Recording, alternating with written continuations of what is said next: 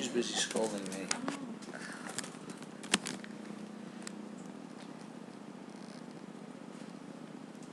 You gotta get the one on the floor. I got her. She's right there.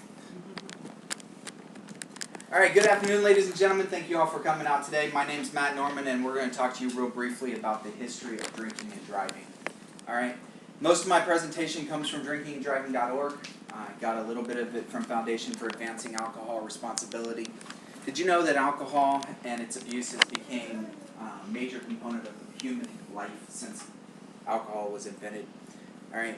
While no one knows for sure exactly when alcohol was invented, the State University of New York at Potsdam says that on their History of Alcohol website that the discovery of late Stone Age beer jugs has established that the intentional fermentation of alcoholic beverages has existed at least since the early Neolithic period. So that's about 10,000 BCs.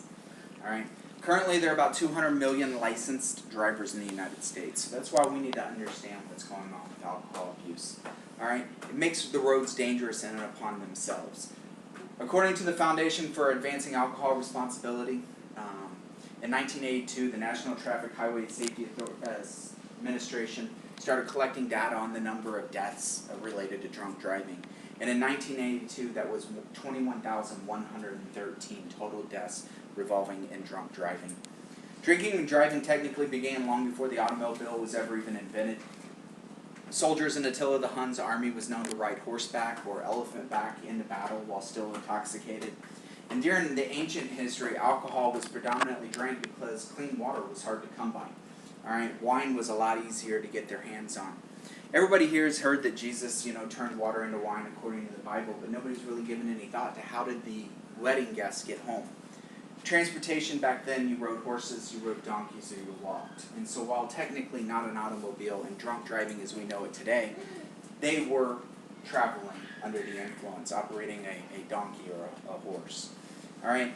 During the Roman periods, the Romans, who were known for their very timid behavior in their cities, not in their armies, they preferred wine, and their abuse of wine elevated over the years. Somewhere around the mid-1st century, their gluttonous abuse of alcohol became apparent, and it started distracting from the culture of Rome.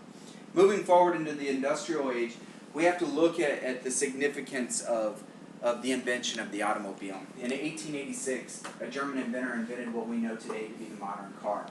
11 short years later, George Smith, a London taxicab driver, ran his vehicle into a building and was the first person ever to be arrested for drinking and driving. They didn't have blood alcohol testing back then, but what the police did was took his word for it. Mr. Smith, have you been drinking?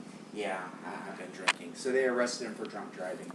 All right, so 11 short years later, we have the first thing. In 1910, the first drunk driving arrest. In 1910, the state of New York actually outlawed drinking and driving, even though they didn't have a DMV to register vehicles or to give out driver's licenses or to advise anybody of what the laws actually were. In 1935, Indiana became the first state to actually outlaw, let me rephrase that, I'm sorry. 1935, Indiana became the first state to create a DMV. That DMV gave out licenses for 50 cents. There was no testing involved.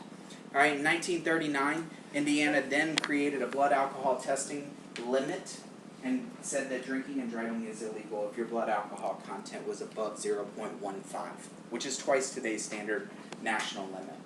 All right, so where are we today? Let's move forward into some more modern times. 30 years after Indiana outlawed drinking and driving, put a limit on it, Senator Ted Kennedy from Massachusetts, drove his car off the Dykes Bridge, killing Mary Jo.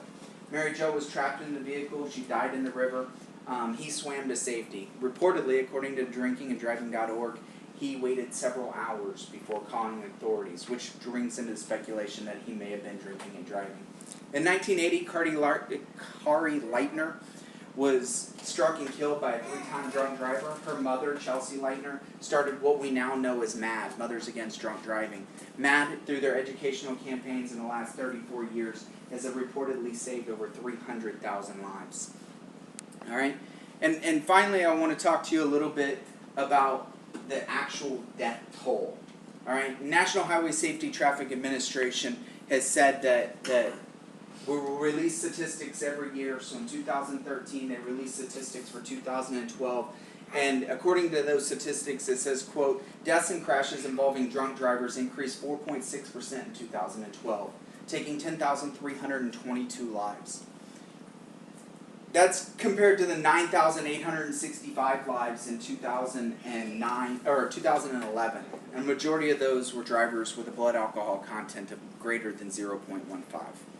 All right.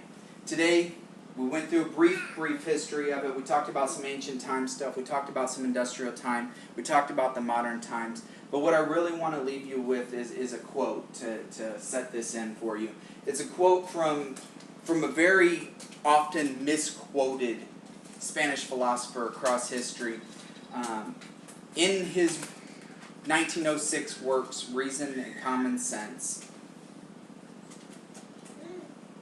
he said, and I quote, progress far from consisting in change depends on relativeness. When change is absolute, there remains no beginning to improve. And no direction is set for possible improvement when experience is not retained. As among savages, infancy is perpetual, and those who cannot remember history are condemned to repeat it.